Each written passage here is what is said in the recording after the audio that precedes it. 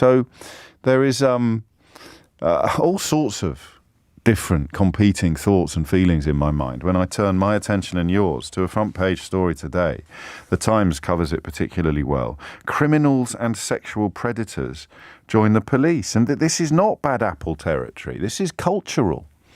Few words more ridiculous and wrong in recent years than people, very silly people talking about woke policing, whether it's Suella Braverman or a Rent-a-Gob Daily Mail columnist, pretending to believe that because a police officer chooses to do the lambada at the Notting Hill Carnival or doesn't hit a Just Stop Oil protester over the head with her truncheon, that somehow this is evidence, or dares to wear a multicoloured helmet on Pride Day, that this is somehow evidence of something rotten in the heart of the force.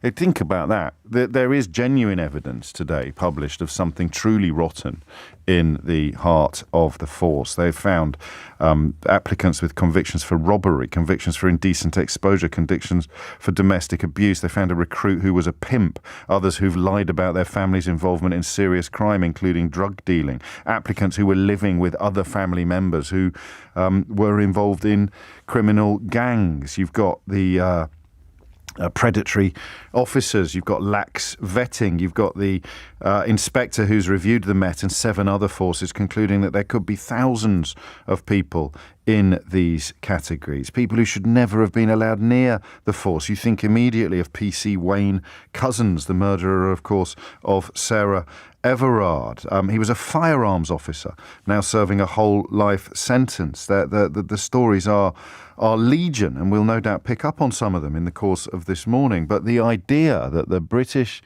media stroke political establishment has spent most of the last year trying to get us excited about, quotes, woke policing, end quotes, when right under our noses an absolutely virulent cancer has been working its way through most police services in this country, is yet more evidence of just how profoundly we are let down by conservative politicians and right-wing commentators and journalists. I just think back, when's the last time you heard someone pretending to be outraged by woke policing? It was probably this week, was it? Last week?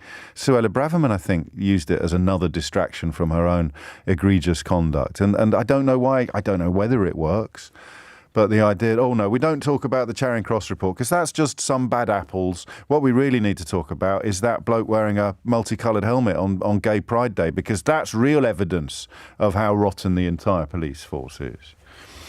So I'm going to open up the phone lines, and I want police people, past or present, mostly if you can, this is going to sound awful, I do find sometimes, don't hate me, all right? Don't hate me. You ready? I do find sometimes that people long retired can, on occasion, hijack these sort of conversations and lead them into largely unhelpful territory. I'm sometimes very, very grateful for the perspective of the ex-copper, but in the context of what is going on now and how rancid this is, I don't really want to hear about how it all went wrong when they started giving graduates a fast-track promotion into the officer class. All right, I'm sorry. I know things were better in your day. Put your trousers on, son. You're nicked. They weren't better in your. But if we can possibly steer clear of that, I will be eternally grateful to you. 13 minutes after 10 is the time. So, why and how has this happened? We zone in, right, on applicants who would be known to be dodgy. So there's one here who, they knew that he had a conviction overseas for robbery, or it would have been very easy to find out. They knew that these people had convictions for indecent exposure, domestic abuse. Now, I accept the need for redemption in society. Goodness knows, I was raised a Catholic. It's a crucial part of our faith. But I also worry that it's the people who are protecting and guarding us are clearly unfit for purpose. So I'll take whatever answer you've got, okay? Political, social, personal, whatever it may be. Police officers, past and present, can tell me, how the hell has this happened? It's not a question I ask very often, certainly not with the second H word, but I'm asking it today. How the hell has this happened? And think about what it means, particularly for women. Think about what it means. The people that are supposed to be protecting you, making you feel safe. It's an absolutely horrible story. I don't want to get bogged down in the emotional reaction to it. I'm interested also in the social reality of what it actually means. And that's where the second question comes in. 0345 60973 is the number you need. The second question is this.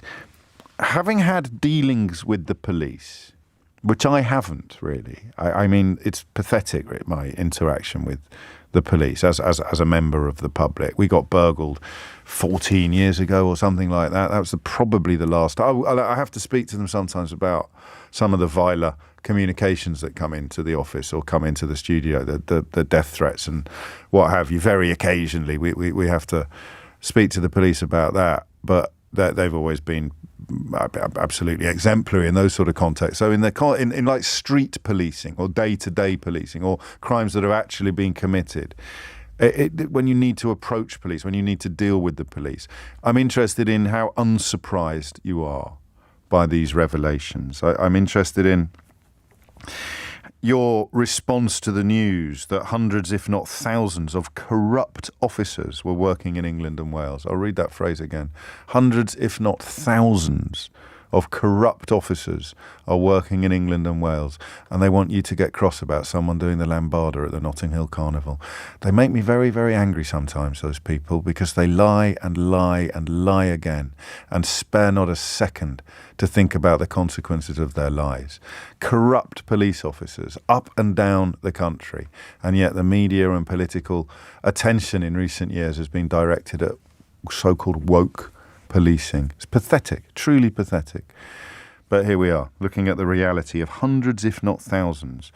And when I tell you about the culture of misogyny and predatory behaviour, I want you to tell me what has happened to you in your dealings with the police that makes you less surprised, less shocked than me by these revelations. Okay? So there's two ways into this. Number one, from the inside, tell us how it's happened. And I hate to break this to you, but I'm going to have to treat you with a modicum of skepticism, because if this was going on in my workplace, I would know about it and I would have tried to do something about it. So maybe that's an unfair accusation, but the scale of these problems is such that they almost render everybody complicit. Silence becomes violence.